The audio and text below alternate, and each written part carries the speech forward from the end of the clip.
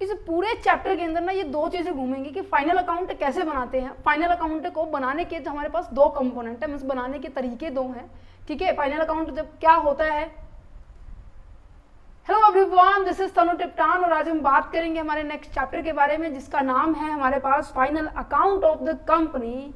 आपके corporate account में भी आते हैं ये फाइनल अकाउंट के, जो फाइनेंशियल अकाउंट जो चैप्टर है उसमें भी आते हैं। बीकॉम, बीबीए, एमबीए और आपके बीबीए के अंदर, +2 के अंदर, सबके अंदर ये आता है चैप्टर, राइट। सो बहुत आसान चैप्टर है। यहाँ से एक क्वेश्चन जरूर है 100% और सबसे आसान मैं कहूँगी चैप्टर है और यहाँ से क्वेश्चन 100% आता है। आप प्रीवियस ईयर क्वेश्चन पेपर जब चेकआउट करेंगे ना चैनल पर विजिट करके, तो आपको वहाँ पर मिल जाएगा, ठीक है। लिंक सबका डिस्क्रिप्शन में। चलो बढ़ते हैं, फाइनल अकाउंट का मतलब क्या है। बहुत आसान सा चैप्टर, जल्दी से फिनिश करते हैं इसको। देखो फाइनल अकाउंट का मतलब क्या होता है कि जैसे कि कंपनी है या फिर कोई बिजनेसमैन है, अपनी परफॉर्मेंस को चेकआउट करने के लिए वो क्या करेगा, अपनी परफॉर्मेंस को देखेगा कि हाँ हमारा बिजनेस जो है प्रॉफिट कमा रहा है या नहीं कमा रहा। फॉर एग्जांपल के तौर पर जैसे कि मैं कहूँ कि मैं अपने स्टूडेंट्स की परफॉर्मेंस हर महीने चेक करती हूँ, राइट। अगर स्कूल की बात की जाए, स्कूल के अंदर क्या किया जाता है, आपके 6 मंथ के बेसिस पे टेस्ट लिए जाते हैं, पेपर लिए जाते हैं, ठीक है, जो सितंबर के अंदर मोस्टली कंडक्ट किए जाते हैं और आपका फिर मार्च के अंदर कंडक्ट किए जाते हैं। देन उसके बाद बच्चों को नंबर दिए जाते हैं, मार्क्स दिए जाते हैं। अगर आपके मार्क्स अच्छे हैं, ठीक है, मीन्स कि आपके 80-70 के करीब आ रहे हैं तो कहीं ना कहीं आप पढ़ाई में अच्छे हैं, राइट। अगर 80 से बहुत ऊपर जा रहे हैं, 90% आ रहे हैं, 95% आ रहे हैं, तो दैट मीन्स आपकी जो परफॉर्मेंस है एक्सीलेंट है। अगर मैं कहूँ कि आपके मार्क्स जो हैं 40%, 45% ऐसे कुछ आ रहे हैं तो कहीं ना कहीं आपकी पुअर परफॉर्मेंस है, आपको बहुत ज़्यादा इंप्रूवमेंट की जरूरत होगी, राइट। ये क्यों आपके एग्जाम लिए जाते हैं, क्योंकि आपको हम नेक्स्ट क्लास में परसुएट करने वाले हैं, नेक्स्ट क्लास के अंदर भेजने वाले हैं। तो ऑब्वियस ही बात है, हम ये देखेंगे ना कि आपके पास कैपेबिलिटी है कि नेक्स्ट ईयर में आप अच्छा परफॉर्म कर पाए या नहीं कर पाए, राइट। तो इसी तरीके से कंपनी भी क्या करती है, अपने पूरे साल का प्रॉफिट को देखती है, ठीक है। जिस तरीके से जैसे स्कूल के अंदर मार्क्स हमारा परफॉर्मेंस मेजरमेंट्स वो बेस था, इसी तरीके से जो हमारे बिजनेस होते हैं, बिजनेस के अंदर क्या होता है, हमारे प्रॉफिट के थ्रू हमें पता चलता है कि हम नेक्स्ट ईयर में अपने आप को सरवाइव करवा पाएंगे या नहीं करवा पाएंगे। अगर प्रॉफिट हमारा बहुत ज़्यादा सुपर है तो कहीं ना कहीं एक्सीलेंट पोजीशन में है। अगर हमारे पास ऑन एन एवरेज है तो कहीं ना कहीं हम अपनी वीकनेसेस को देखेंगे। अगर लो है तो कहीं ना कहीं हम ये कहेंगे कि तुम्हें इस बिजनेस से बाहर हो जाना चाहिए, राइट। समझ पा रहे हैं। तो कहीं ना कहीं ये क्या है कि जो बिजनेस में अंदर हमारी परफॉर्मेंस को देखने के लिए कि हम बिजनेस को आगे फ्यूचर में इजीली रन कर पाएंगे या नहीं कर पाएंगे, उसके लिए हम फाइनली अकाउंट प्रिपेयर करते हैं। क्योंकि साल भर, पूरे महीने, पूरे दिनों के अंदर जितनी भी ट्रांजेक्शन्स की हमारे इनके इस दौरान हमारे पास इनकम भी आई होगी, इस दौरान हमारे पास एक्सपेंसेस भी हुए होंगे, इस टाइम हमने काफ़ी सारी एसेट्स भी जनरेट की होगी, इस टाइम के दौरान हमारी काफ़ी सारी लायबिलिटीज़ भी होंगी, इस साइड हमारे पास मतलब बहुत सारी एक्टिविटीज़ परफॉर्म होती है। मेन आपकी ये चार्ज है, राइट। तो ये सभी एक्टिविटीज़ का ब्यौरा एट द एंड में कंक्लूजन निकालना कि हाँ कंपनी सुटेबिलिटी में है या नहीं है, प्रॉफिट में है या नहीं है, उसके लिए हम फाइनल अकाउंट बनाते हैं। तो फाइनल अकाउंट पता लग गया कि पूरी समरी है, पूरे साल का ब्यौरा है जिसके अंदर कंपनी की परफॉर्मेंस, कंपनी की each and every activity mention होती है, जिसके बेसिस पे हम फ्यूचर के अंदर हम स्टेप लेने वाले होते हैं, राइट। समझ में आ गया?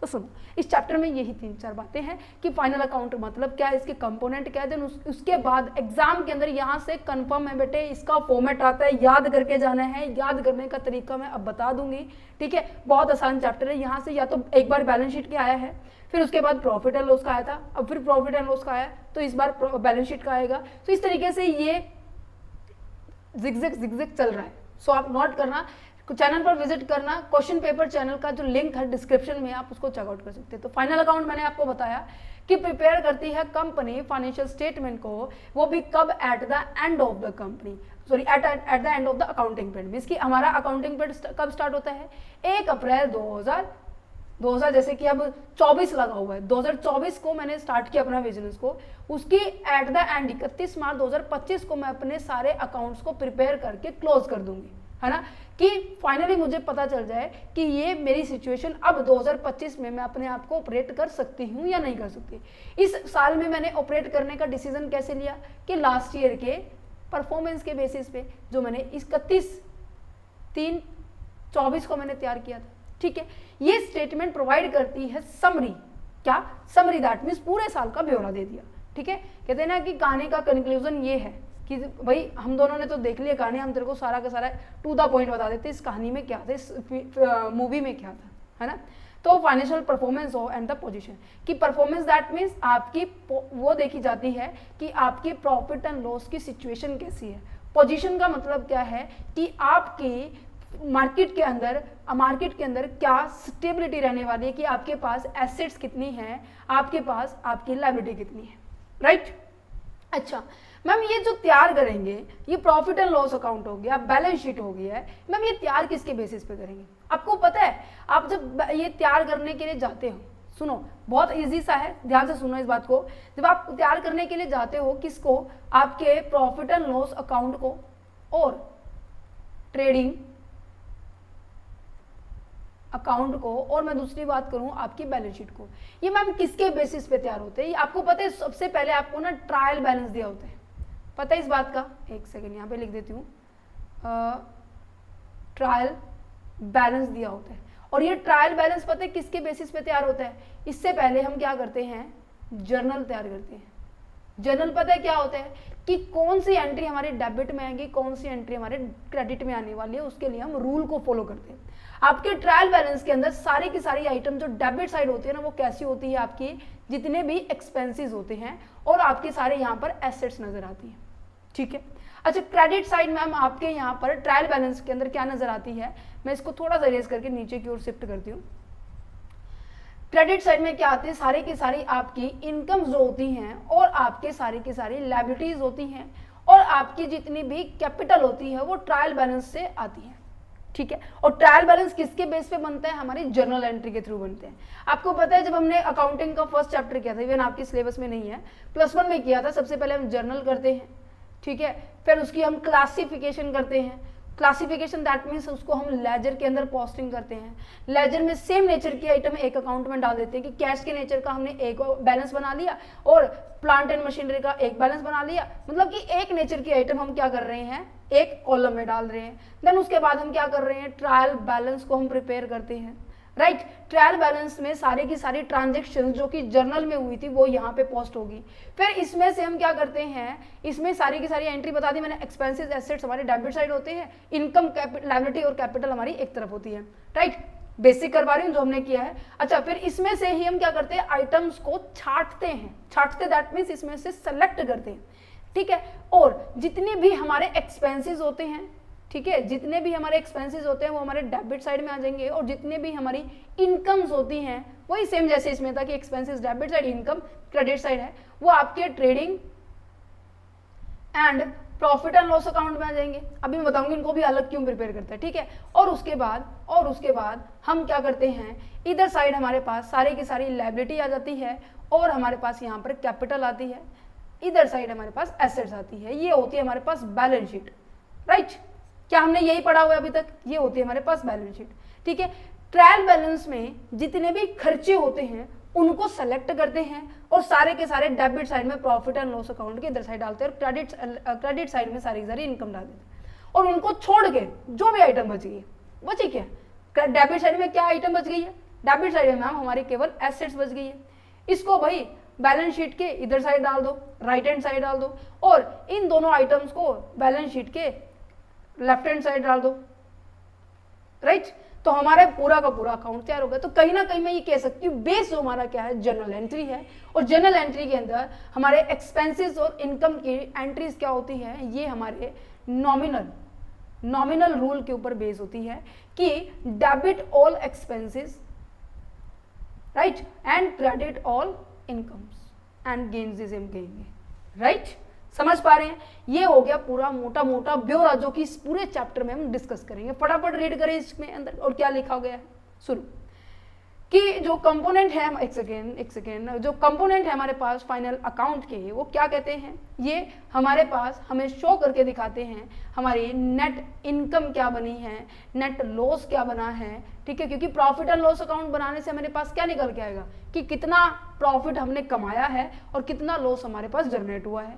फाइनेंशियल पोजीशन हमें पता चलती है बेटे बैलेंस शीट से, ये इंपॉर्टेंट पॉइंट है, ये आपको लर्न करना पड़ेगा, ठीक है। वैसे भी हम आपको पता है बैलेंसिंग फिगर यहाँ पे बैलेंस शीट में प्रॉफिट एंड लॉस अकाउंट में नेट प्रॉफिट या नेट लॉस निकलते हैं, राइट, और क्वेश्चन भी करके दिखाऊंगे, डोंट वरी रहिए।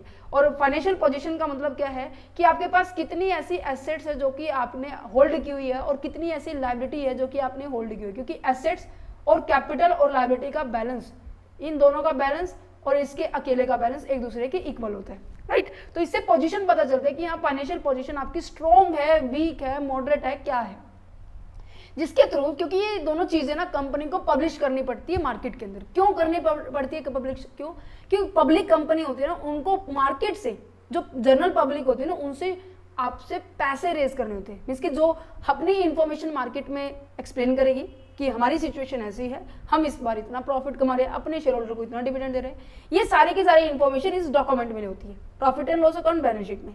जो जो पर्सन इंटरेस्टेड होते हैं उनको रीड करेगा, फिर उस कंपनी में अपना पैसा इन्वेस्ट करता है। दैट्स द रीजन ये एक इंसाइट प्रोवाइड करती है, इंसाइट दैट मीन्स ज्ञान देती है किसको, स्टेक होल्डर्स को, जैसे कि शेयर होल्डर्स हो गया, मैनेजमेंट हो गया, क्रेडिटर्स हो गया, कोई भी पर्सन जो भी कंपनी के अंदर इंटरेस्टेड होगा कि कंपनी की प्रॉफिटेबिलिटी और फाइनेंशियल हेल्थ कैसी है।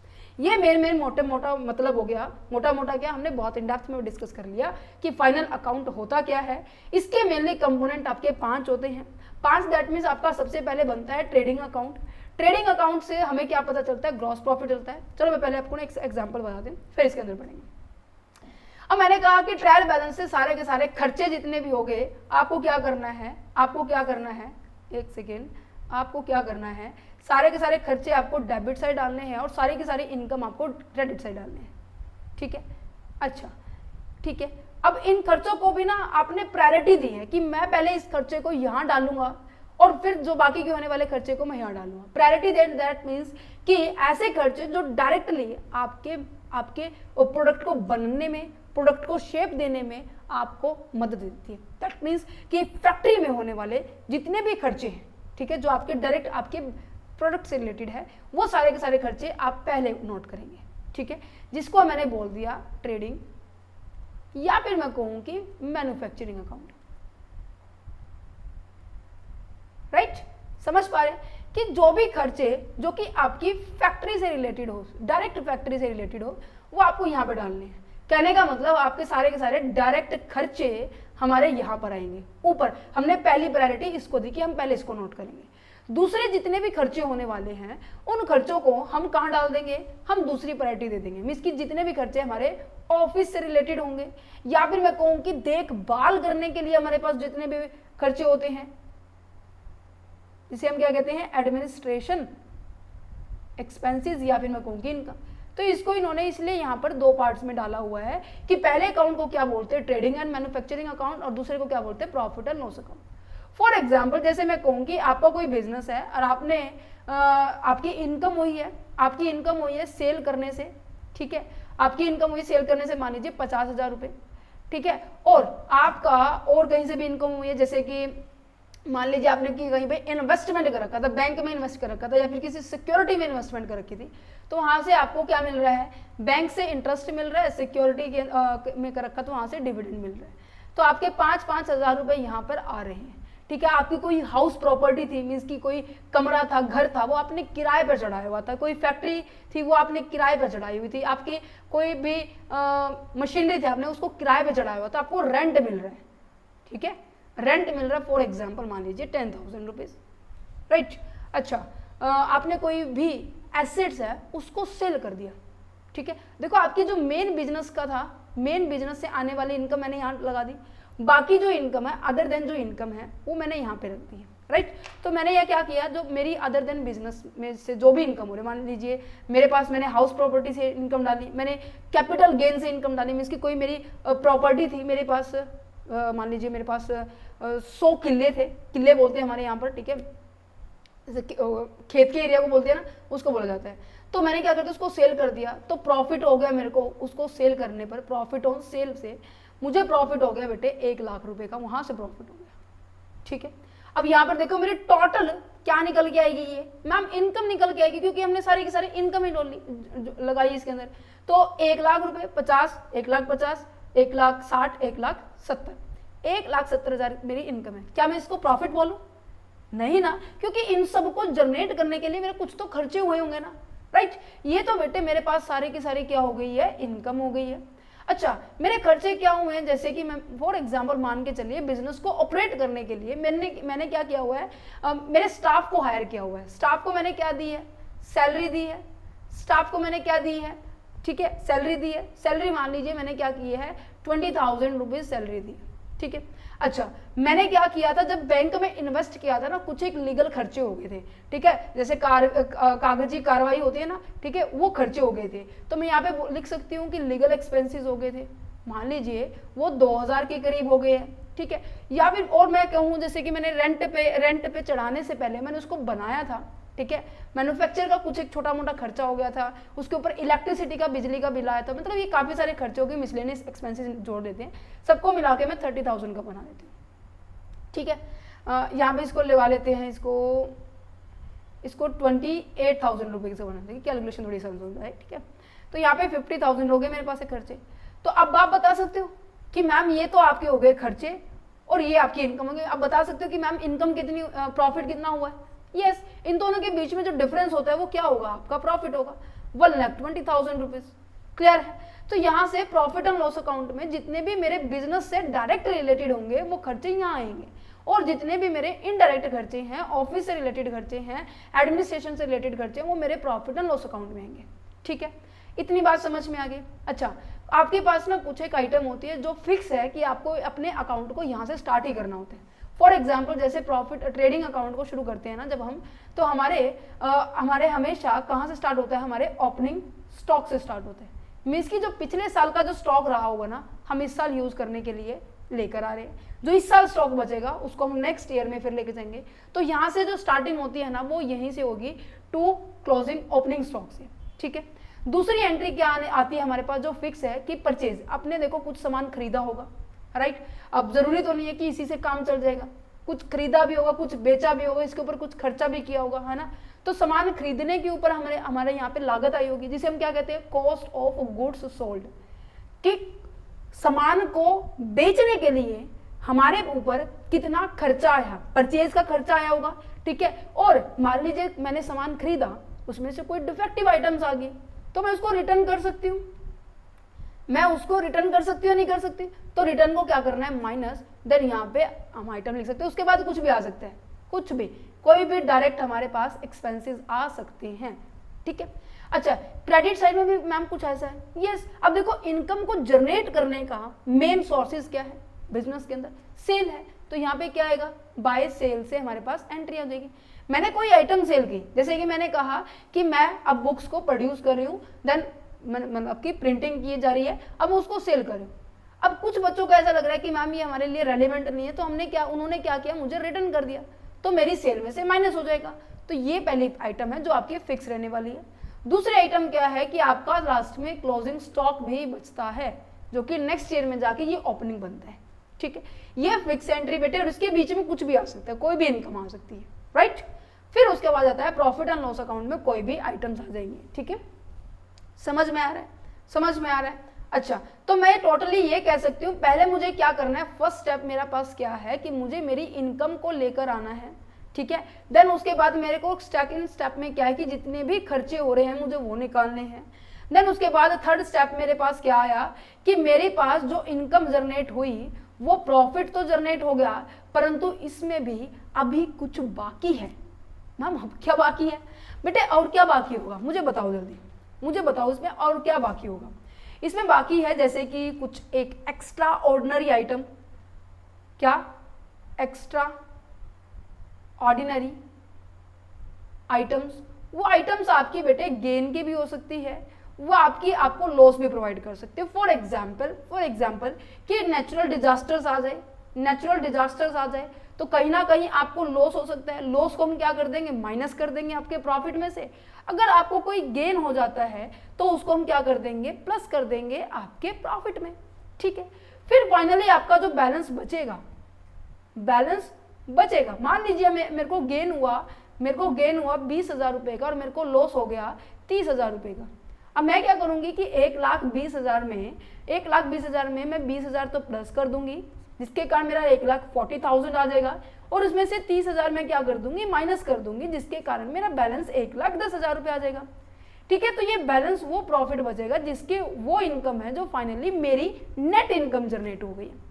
अब मेरे को इस जो मैं कमाऊंगी वो बेटा सरकार को भी तो देना पड़ेगा ना टैक्स मेरे को, है ना। आप नेक्स्ट सब्जेक्ट में पढ़ेंगे, इवन आपका अगर इस साल भी सब्जेक्ट है तो मैंने आपको इनकम टैक्स चैनल पे मिल जाएगा, आपको इनकम टैक्स पढ़ा है कि जो भी हम कमाते हैं ना, उस कमाई हुई इनकम के ऊपर गवर्नमेंट ने क्या कर रखी, कुछ एक परसेंटेज क्या कर रखी है, टैक्स की अप्लाई होती है। फॉर एग्जाम्पल मैं कहती हूँ कि यहाँ पर मैं 10% आपको इसके ऊपर टैक्स देना है, 10%, दैट मीन्स आपको 11,000 रुपए गवर्नमेंट को देने पड़ेंगे। देन फाइनली जो भी बैलेंस बचेगा, अब यहाँ पर 1,10,000 में से मैं 11,000 माइनस कर दूं, मेरे पास 99,000 बच जाएगा।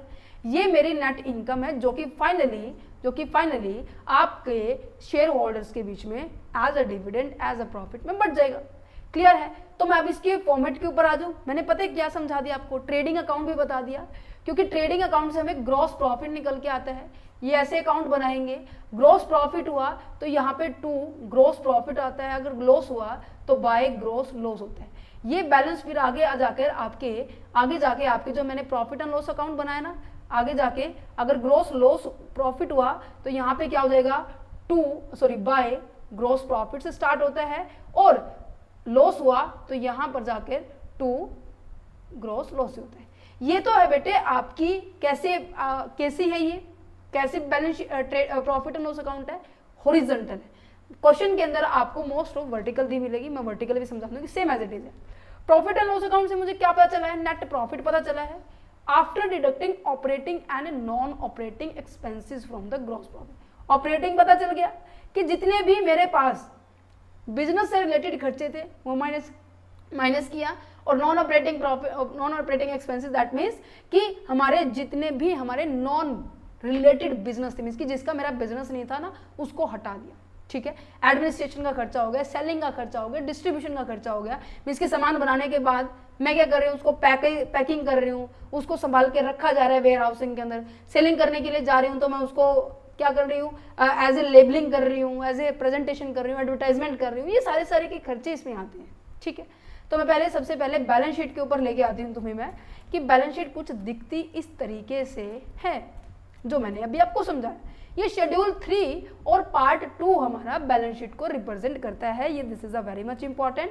और इसको कैसे प्रिपेयर किया जाएगा, सबसे पहले क्या है, ये वर्टिकल फॉर्मेट में जो मैंने आपको यहाँ समझाया है, ये आपका हॉरिजॉन्टल फॉर्म में है, ठीक है। एग्जाम में कैसे भी आ जाए आपको प्रिपेयर करना है, ठीक है, बना देना है आंख बंद करके। सबसे पहले कंपनी लिख लेते हैं। फॉर एग्जाम्पल हम यहाँ पे लिख सकते हैं कि XYZ कोई भी कंपनी, ठीक है। प्रॉफिट एंड लॉस स्टेटमेंट है फॉर द ईयर एंड। अब मेरा जो ईयर एंड है, मैं मान लीजिए इस साल का प्रॉफिट वो बता रही हूँ, ठीक है। मेरा जो अकाउंटिंग पीरियड स्टार्ट हुआ था 1 अप्रैल 2023 को स्टार्ट हुआ था और 31 मार्च 2024 को फिनिश हो गया।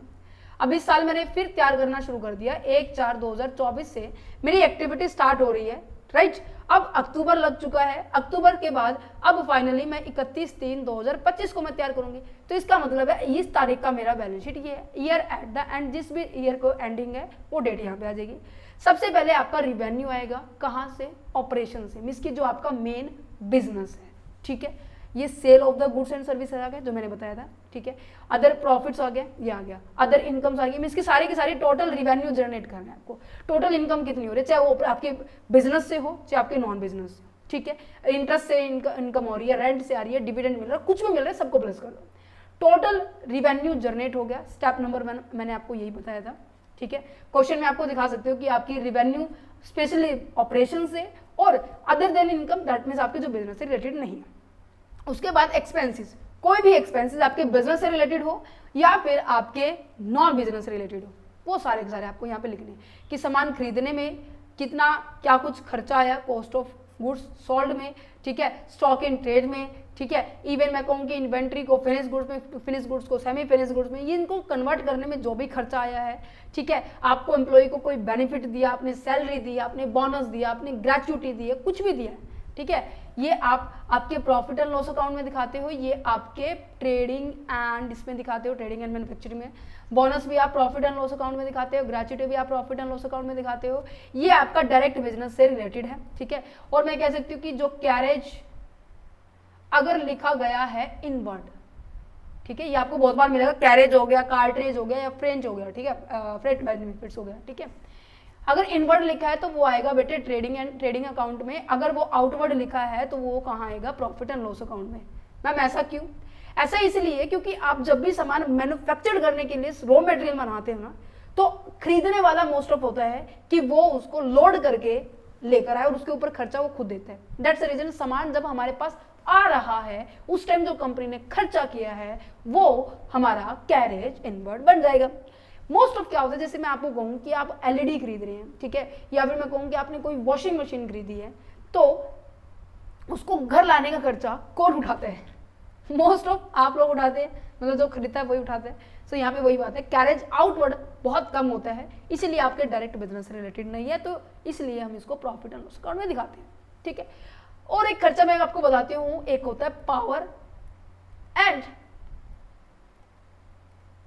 इलेक्ट्रिसिटी। दोनों को सुन के एक जैसा लग रहा है ना, पर दोनों ये आता है बेटे आपके ट्रेडिंग अकाउंट में और ये आता है आपके प्रॉफिट एंड लॉस अकाउंट में। मैम ऐसा क्यों? देखो पावर का मतलब क्या है और इलेक्ट्रिसिटी का मतलब, दोनों का मतलब सेम है, बट ये अलग अलग इसलिए दिखाई क्योंकि इलेक्ट्रिसिटी नॉर्मल क्या होती है, हम नॉर्मली अपने घर में भी यूज करते हैं, ठीक है। यहाँ पर हमारे पास लो कैपेसिटी की इलेक्ट्रिसिटी हमें रिक्वायरमेंट होती है, पर जब पावर की बात की जाती है तो वहाँ पर हम इस बड़ी बड़ी मशीनों को चलाते हैं जहाँ पर हमें ज़्यादा एनर्जी की रिक्वायरमेंट होती है, ज़्यादा इलेक्ट्रिसिटी की रिक्वायरमेंट होती है। तो फैक्ट्री में तो क्या होती है, मशीनें चलती है, ऑफिस में क्या होगा, मैं मशीनें थोड़ी ना चलाऊंगी, मेरे को लाइटें चलानी है, मेरे को फैन चलाना है, मुझे एसी चलाना है, मुझे छोटा मोटा काम करना है, तो मैं अपना पीसी या फिर लैपटॉप चलाऊंगी, राइट। तो वहाँ पे इतनी बड़े बड़े हैवी इलेक्ट्रिसिटी पावर की रिक्वायरमेंट तो नहीं होगी। तो दैट्स द रीजन ये डायरेक्ट आपकी फैक्ट्री से रिलेटेड है, ये आपकी फैक्ट्री से रिलेटेड नहीं है। डेप्रिसिएशन का खर्चा होगा, कोई भी खर्चा होगा, सारे के सारे खर्चे जोड़ दो, इनकम जोड़ दी, इन दोनों को फाइनली आपने ऐड सब्ट्रैक्ट करना है, ठीक है। मींस की इनकम में से जब आप अपने खर्चों को माइनस कर दोगे तो आपका प्रॉफिट बच जाएगा। किससे पहले? जो भी मैंने आपको बताया, एक्सेप्शनल जो हो गया या फिर एक्स्ट्रा ऑर्डिनरी आइटम और टैक्स से पहले। तो एक्सेप्शनल के अंदर अगर कोई गेन हो रहा है तो उसको आप ऐड कर देंगे, लॉसेज हो रहे हैं तो उसको लेस कर देंगे, देन उसके बाद प्रॉफिट बच जाएगा। देखो एक्स्ट्रा ऑर्डिनरी भी आपको आइटम को ऐड लेस करना है, ठीक है, जो कि आपके कंट्रोल में नहीं होती, अनयूजुअल और इनफ्रीक्वेंटली नेचर की होती है, जैसे कि नेचुरल डिजास्टर्स आ जाना, ठीक है, एकदम से भूकंप आ जाना, ठीक है, तूफान आ जाना, जो कि आपकी बिजनेस को बहुत ज़्यादा इफेक्ट करेगी, उनको ऐड लेस कर देना है, ठीक है। और फाइनली फिर बच जाता है प्रॉफिट, जिसके ऊपर अभी टैक्स देना रहता है। फिर मैं टैक्स को क्या कर दूंगी, माइनस कर दूंगी। टैक्स आपका करंट टैक्स भी हो सकता है, डेफर्ड टैक्स भी हो सकता है, टोटल टैक्स एक्सपेंसेस भी हो सकते हैं। ये आपको कैलकुलेट नहीं करना, कुछ नहीं करना, बस आज को रिकॉल कर लेना, ठीक है। फिर ये प्रॉफिट बच गया, जो प्रॉफिट जो मेरे पास आ जाएगा, मान लीजिए मेरे पास जो प्रॉफिट आया है 1 लाख रुपए आया है, फिर मैं क्या करूंगी, उसको नंबर ऑफ जितने भी मेरे पास शेयर होल्डर्स हैं, इक्विटी शेयर्स होल्डर्स है, पता है, क्योंकि इन सभी चीजों को हम फर्स्ट चैप्टर से डिस्कस करते आ रहे थे। Issue of the share, redemption of the preference share, issue of the debentures, redemption of the debentures, right. So यहाँ पर जितने भी आपके इक्विटी शेयर्स हैं उनको नंबर ऑफ जितने भी हैं, मान लीजिए मेरे पास, मैं कहूँगी मेरे पास 20,000 इक्विटी शेयर है, तो मैं जब इसको कट करूंगी तो मतलब कि जिन इनकी शेयर की वैल्यू कितनी है, मैम शेयर की वैल्यू इनकी 5 रुपये पर शेयर है, इक्विटी अर्निंग पर शेयर, ठीक है। ये आपका हो गया प्रॉफिट एंड लॉस का कंप्लीट फॉर्मेट, जो कि अभी हमने डिस्कस किया। आई होप आपको समझ में आ गया होगा, इन डेप्थ में समझ में आ गया होगा। चलो बढ़ते हैं अब बैलेंस शीट की तरफ। अब बैलेंस शीट में मैंने क्या बताया, जो भी आइटम आपकी ट्रायल बैलेंस के अंदर आपके एक्सपेंसेस को छोड़ दो आप, ठीक है, ये छोड़ दो और इनकम को छोड़ दो, बाकी बची आइटम कहाँ जाएगी, बैलेंस शीट में बच जाएगी। अब इसने बोल दिया बैलेंस बचा हुआ वो शीट बना दो, तो बैलेंस शीट बन गई, समझ पा रहे, तो उसे बोला जाता है बैलेंस शीट। और जितनी भी एसेट्स होती है हमारे पास, वो हमारे क्या होती है, हमारे इधर साइड राइट हैंड साइड में आती है, जिसे हम ये कह सकते हैं कि ट्रायल बैलेंस का डेबिट बैलेंस होते हैं, है ना। मैंने आपको बताया था कि जो भी आपकी एसेट्स होती हैं, अगर उसका इसका नेचर बताऊं तो ये क्या होती है, डेबिट में बढ़ती है, अगर मैं एक्सपेंसेस का नेचर बताऊं तो ये क्या होती हैं आपके, ये भी डेबिट में बढ़ते हैं। इसलिए बोला जाता है ट्रायल बैलेंस की जितनी भी डेबिट साइड की आइटम होती है उनका नेचर डेबिट वाला ही पॉइंट बात की जा रही है कि वो डेबिट में बढ़ते हैं। अगर मैं कहूँ कि डिक्रीज हो रहे हैं तो क्रेडिट में कम होते हैं, क्रेडिट में ये भी कम होता है। इज इट क्लियर, समझ में आ गया? अगर मैं कहूँ कि यहाँ पे लायबिलिटी है, ठीक है, अगर मैं कहूँ कि यहाँ पे कैपिटल है, अगर मैं कहूँ कि यहाँ पे इनकम है, इन तीनों का नेचर क्या है, एक जैसा है कि ये क्रेडिट में तो बढ़ते हैं और डेबिट में क्या होते हैं, कम होते हैं। ठीक है, सो दैट्स द रीजन आपकी लेफ्ट हैंड साइड में ये दोनों आइटम्स आएंगी और ये आपकी इधर साइड एसेट्स में आएगी। अब इसको देखो प्रिपेयर करने का तरीका क्या होता है, एक सेकेंड।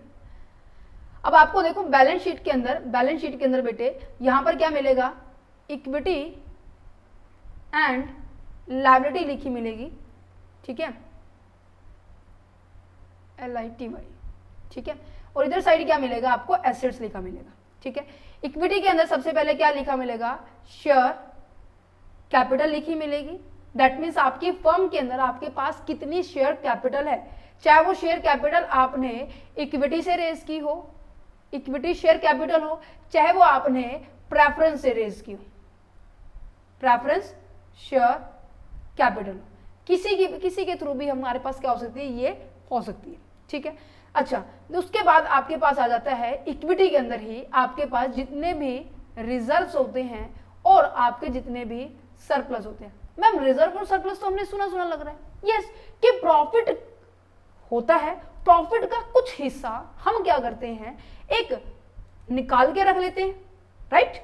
तो कहने का मतलब सुनो, ये पूरा प्रॉफिट है, ठीक है, उसमें से कुछ हिस्से को निकाला और मैंने नाम रख दिया कि ये तो भाई जर्नल रिजर्व है, मैंने इसको निकाल के रख दिया, मैंने कहा कि ये तो मेरा कैपिटल को रिडीम करने के लिए रिजर्व बना दिया, कैपिटल रिडम्पशन रिजर्व बना दिया।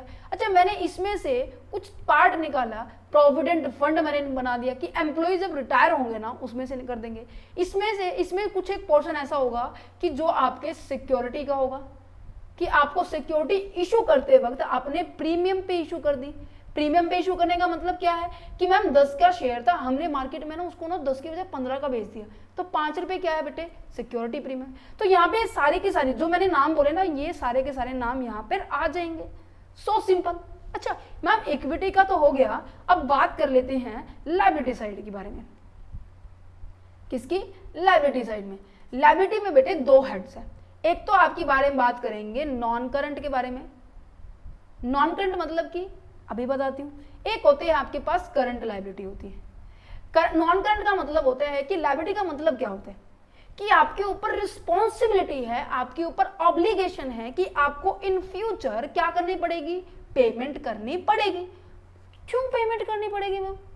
इसलिए पेमेंट करनी पड़ेगी क्योंकि आप लोगों ने उनसे पैसा लिया होगा या फिर आपने उनसे सामान उधार में लिया होगा, तभी तो पेमेंट करनी पड़ेगी।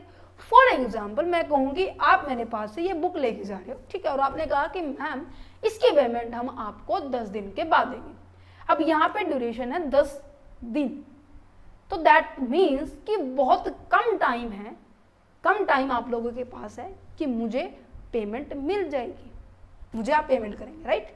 सो अगर आप अपनी ऑब्लिगेशन विद इन ईयर कर देते हो, मीन्स कि आप 1 साल ज्यादा नहीं होने देते हो, 12 महीने के अंदर अंदर पेमेंट कर देते हो, वो सारे के सारे आइटम आपकी करंट लायबिलिटी बन जाएगी।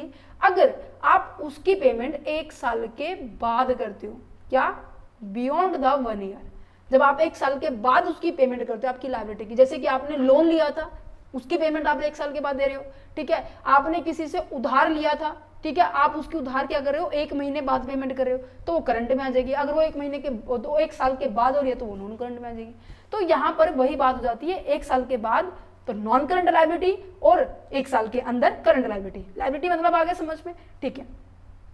इनके पॉइंट्स डिस्कस कर लेते हैं कि इनके बीच में इनके अंदर आता क्या है। फटाफट पहुंचते हैं हमारे इस फॉर्मेट के ऊपर। देखो मैंने आपको बताया कि share capital, reserve and surplus क्या होते हैं, इसको मैं चलो इन डेप्थ में मैंने लिखा हुआ है, इसको ही मैं एक्सप्लेन कर देती हूँ। ओके, ये हो गया, ये हो गया। ये भी मैंने आपको बता दिया कि बैलेंस शीट क्या होती है, फाइनेंशियल पोजीशन रिप्रेजेंट करती है, राइट। इसकी तरफ एक तरफ क्या होती है बैलेंस शीट के अंदर, एसेट साइड होती है, एक तरफ हमारी इक्विटी एंड लायबिलिटी होती है। राइट। एसेट साइड का हमारे पास क्या होती है, राइट हैंड साइड होती है, ये हमारे पास लेफ्ट हैंड साइड होती है। इन दोनों का बैलेंस हमेशा क्या होता है, एक दूसरे के इक्वल होता है। तो इसीलिए एसेट्स देखो अकेली है, ये दो जने मिलकर इसके इक्वल बन रही है, तो ये लायबिलिटी प्लस में इक्विटी होता है। ठीक है, लिक्विडिटी का और कैपिटल का मतलब क्या है कि रिप्रेजेंट करते हैं कि कितनी आपकी ऑनरशिप है, कितना आपने पूंजी लगाई हुई है, कितना आपने पूंजी लोगों से रेज की हुई है। ठीक है, लायबिलिटी होती है ऑब्लिगेशन, जो कि दूसरों को अभी आपको पे करना है, कोई भी चीजें पेमेंट हो गए, कोई भी करना है। एसेट्स होती है जो कि कंट्रोल बताते हैं कि ये कंपनी का किसी रिसोर्सेज के ऊपर कितना कंट्रोल है। ठीक है, इक्विटी के अंदर मैंने आपको बताया कि सबसे पहले शेयर कैपिटल होती है और आपके रिजर्व होते हैं। मैंने इसको और इन डेप्थ में समझाया था, एक सेकेंड। यस, ये इक्विटी के अंदर शेयर कैपिटल के अंदर मैंने बता दिया आपको, इक्विटी होती है, शेयर प्रेफरेंस शेयर होती है। रिजर्व के अंदर मैंने बताया general reserve, retained earning, security premium, revaluation reserve. ठीक है, अच्छा लायबिलिटी के अंदर क्या है, नॉन करंट होती है, करंट होती है। नॉन करंट का मतलब क्या होता है, जिसको हमें 1 साल के बाद पेमेंट करनी होती है, जैसे कि लॉन्ग टर्म बोरिंग्स, मीन्स कि लंबे टाइम के लिए हमने पैसे को लोन पे लिया और उसकी पेमेंट हम बहुत साल बाद देंगे, मीन्स 3, 4, 5 साल बाद। जैसे कि हमने बैंक से लोन लिया, डिबेंचर्स को इशू किया, हमने बॉन्ड को इशू किया, तो ये ऐसी लायबिलिटी होती है कंपनी की जो 3 से 4 साल के बाद, 4 से 5 साल के बाद कंपनी को पे करना होता है। ठीक है, ये बात आ जाती है deferred tax liability. Deferred tax liability का मतलब क्या होता है, ये वैसे ना आपके सिलेबस के लिए रेलिवेंट नहीं है, अगर क्वेश्चन आ भी जाए तो आपको ये लाइन इंपॉर्टेंट याद रखनी है। पता है क्या होता है कि अकाउंट में इनकम को कैलकुलेट करने का बेटे तरीका अलग है। किसको कैलकुलेट करने का, इनकम को कैलकुलेट करने का। वही बात ये तो अकाउंटिंग स्टैंडर्ड यूज करते हैं, ठीक है, बट इनकम टैक्स के अकॉर्डिंग, क्योंकि इनकम को कैलकुलेट करना क्यों होता है, क्योंकि हमें इसके ऊपर टैक्स देना होता है, मैंने अभी आपको बताया है ना। और इनकम टैक्स के प्रोविजन के अकॉर्डिंग 1961 के अकॉर्डिंग एक्ट है, उन्होंने बताया हुआ है कि इनकम को कैसे कैलकुलेट करना है। उन्होंने कुछ खर्चे बताए हुए इसमें ऐड कर सकते हैं, और अकाउंट वाले कहते हैं कि हम इस तरीके से ऐड करेंगे। जैसे अकाउंट में तो क्या होता है, एक्रूअल और कैश बेसिस दोनों यूज कर लेते हैं, मोस्ट ऑफ एक्रूअल भी यूज करते हैं, बट इनकम वाले क्या कहते हैं कि जब तक कैश में नहीं हो जाती ना पेमेंट, तब तक हम इंक्लूड नहीं करेंगे। तो कहने का मतलब जब इनके बीच में जो डिफरेंस क्रिएट होता है ना, जिसके कारण आपकी लायबिलिटी क्रिएट हो जाती है। फॉर एग्जाम्पल जब आपकी अकाउंटिंग इनकम क्या होती है, ज्यादा होती है देन टैक्सेबल इनकम, जो आपकी इनकम टैक्सेबल इनकम है, ठीक है, और आपकी अकाउंटिंग इनकम है। अगर आपकी अकाउंटिंग इनकम ज्यादा है तो हमारे पास डेफर्ड टैक्स लायबिलिटी बनती है, ठीक है। अगर आपकी अकाउंटिंग इनकम कम है आपके टैक्सेबल इनकम से, तो वहां पर डेफर्ड टैक्स लायबिलिटी नहीं, एसेट्स बनेगी। क्लियर है, इतना समझ में आया। अच्छा, कोई भी प्रोविजंस बनवा रहे हैं, ठीक है, कोई भी प्रोविजन बना रहे हैं, प्रॉफिट में से तो निकालेंगे, ठीक है, और इवन प्रॉफिट में से जब निकाला हमने प्रोविडेंट फंड, पेंशन लायबिलिटी को इनको पेमेंट करने के लिए बनाते हैं, ठीक है। अच्छा, करंट लायबिलिटी का मतलब क्या होता है, करंट लायबिलिटी जो कि आप विद इन 1 ईयर में पे करते हैं। जैसे कि हमारे पास शॉर्ट टर्म बोरोइंग्स हो गए, हम 1 साल के लिए भी लोन लेते हैं भाई, हम बैंकों पर ड्राफ्ट भी करते हैं, कैश क्रेडिट भी होता है नहीं होता है, जो कि हम 2 से 3 महीने, 4 से 5 महीने के लिए करते हैं, राइट। ट्रेड पेबल का मतलब क्या होता है कि हमने सामान उधार में खरीदा हुआ है और उसकी 1 महीने के बाद पेमेंट करनी है। मान लीजिए यहाँ पे मिस्टर एक्स है, इसने सामान, मिस्टर एक्स अपनी कंपनी को चला रहा है, इसने सामान कोई खरीदा है किसी वाई कंपनी से, और ये कहते हैं कि मेरे पास अभी पैसे नहीं है, मैं तेरे को 1 महीने बाद दूंगा। तो ये क्या है, आपकी बुक्स ऑफ अकाउंट में मिस्टर वाई क्रेडिटर होगा, किसकी बुक में, मिस्टर एक्स की बुक में, ठीक है, जिसे हम सन्ड्री क्रेडिट्स में भी कहते हैं, क्रेडिटर्स भी कहते हैं। अगर ये बिल इशू कर देते हैं तो उसे बिल्स पेबल भी कहते हैं, ठीक है, समझ पा रहे हैं। अच्छा, अदर करंट लायबिलिटी क्या होता है कि आपको हर साल टैक्स पे करना पड़ता है। आउटस्टैंडिंग एक्सपेंसेस होते हैं, जैसे कि इलेक्ट्रिसिटी का बिल हो गया, आप पहले उसको यूज कर लेते हो, फिर उसकी पेमेंट करते हो। इंटरेस्ट की पेबिलिटी होती है, ठीक है, आपको कोई इनकम एडवांस में मिल जाती है, जैसे कि मैंने आपको ट्यूशन फीस का एग्जांपल मैं बहुत अच्छा देती हूँ, कि जो इवन मैं स्कूल का एग्जांपल देती हूँ और यूनिवर्सिटीज का एग्जांपल देती हूँ, कि स्कूल वाले क्या करते हैं, 1 महीना पहले ही फीस ले लेते हैं, फिर पूरा महीना सर्विस देते हैं। 1 महीना की 10 तारीख होती है पहली फीस ले लेते हैं। तो यहाँ पे स्कूल के पास ये ऑब्लिगेशन बन जाती है कि आप फीस तो ले लिए, आपको पढ़ाना पड़ेगा, ठीक है। कोई ऐसा डिविडेंड है जो कि आपको पेड करना है, कोई कॉल थी जो कि एडवांस में मिल गई थी, जो कि हमने इश्यू ऑफ द शेयर में डिस्कस किया था, राइट। ये हो गया आपके पास कंसेप्ट। और प्रोविजंस होते हैं बेटे, आप टैक्स को पे करने के लिए ना प्रोविजन बना देते हो, मीन्स कि आपने वही बात है, प्रॉफिट में से कुछ हिस्सा बनाया कि हमें इस साल इतना पे करना है, इस साल इतना पे करना है।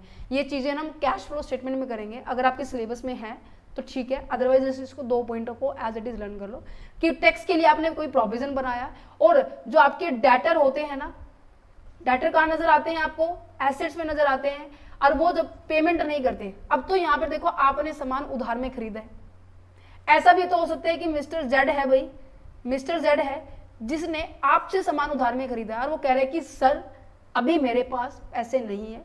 तो इस टाइम फ्यूचर में इनकम किसके पास आएगी, एक्स के पास आएगी। तो मिस्टर एक्स की बुक में मिस्टर जेड क्या होगा, डेटर होगा, कि यहां तो मेरे पास क्या है, इनकम रिसीव होगी और यहां पे फ्यूचर मुझे पे करना है, दैट्स द रीजन ये क्रेडिटर्स होगा और ये डेटर होगा। इन केस ये पेमेंट ना करे तो आपके लिए तो भाई गड़बड़ हो जाएगी, पैसे नहीं आएंगे, पैसे नहीं आए तो बैलेंस गड़बड़ हो जाएगा। तो इसके लिए हम क्या बनाते हैं, प्रोविजन बनाते हैं। ठीक है, समझ में आ गया। अच्छा, अब आ जाती है हमारे पास एसेट साइड। एसेट साइड भी हमारे पास दो तरीके की होती है कि हमारे पास नॉन करंट एसेट्स होती है और हमारे पास क्या होती है, हमारे पास करंट एसेट्स होती है। नॉन करंट एंड करंट का मतलब क्या है कि ऐसी, अच्छा एसेट्स का मतलब पहले बताऊं, बाद में नॉन करंट पे पहुंचेंगे। वही बात है, 1 साल के बाद और विद इन 1 ईयर। ठीक है, एसेट्स का मतलब होता है कि आपने पैसा इन्वेस्ट किया और इन्वेस्ट करने के बाद आपको बेनिफिट कितने साल के बाद क्या हो रहा है, मिल रहा है। फॉर एग्जाम्पल मैंने इन्वेस्ट किया है और उसका बेनिफिट मुझे विद इन 1 ईयर मिल रहा है तो उसे हम कहेंगे करंट एसेट्स कहेंगे। अगर कोई बेनिफिट हमें 1 साल के बाद मिल रहा है उसे हम कहेंगे non current asset. For example मैं कहूँ कि आपने कोई जमीन खरीदी है, लैंड खरीदी है और उसके ऊपर बिल्डिंग बनाई, बिल्डिंग बनाने के बाद अब आपने एकदम से आज खरीदी है, क्या उसके 1 साल के अंदर ही भाव बढ़ जाएंगे? ये बिल्डिंग बना रहे हो 1 साल के अंदर बन जाएगी, और बन गई तो उसके ऊपर रेंटेड आप रिसीव करना शुरू कर देंगे। मीन्स की ऐसी एसेट्स, ऐसी इन्वेस्टमेंट जो कि आपको क्या कर रही है, काफी सालों के बाद इनकम जनरेट करके दे रही है, उसे हम कहेंगे नॉन करंट एसेट्स। अगर वो विद इन 1 ईयर के अंदर ही दे रही है, जैसे कि फॉर एग्जाम्पल आपका कैश, आपका बैंक का बैलेंस, आपने इन्वेस्ट तो किया है ना, आपने अपने बैंक में जाके आपके कैश में डिपॉजिट करवा दिया, अब जब चाहो उसको निकाल के आ सकते हो, आ सकते हो नहीं आ सकते हो। अच्छा, कोई ऐसी सिक्योरिटी है जिसकी टाइम ड्यूरेशन लिक्विडिटी 3 मंथ से कम है, तो ऐसी मार्केटेबल सिक्योरिटी यहाँ पे आ सकती है। अच्छा, ऐसा आपने कहीं पे इन्वेस्टमेंट कर रखी है सिक्योरिटीज के अंदर, ठीक है, जिसकी 3 महीने नहीं 1 साल के बाद ही आपको इंटरेस्ट मिलेगा, तो वो नॉन करंट में आ जाएगा। क्लियर है, चैप्टर हो गया फिनिश।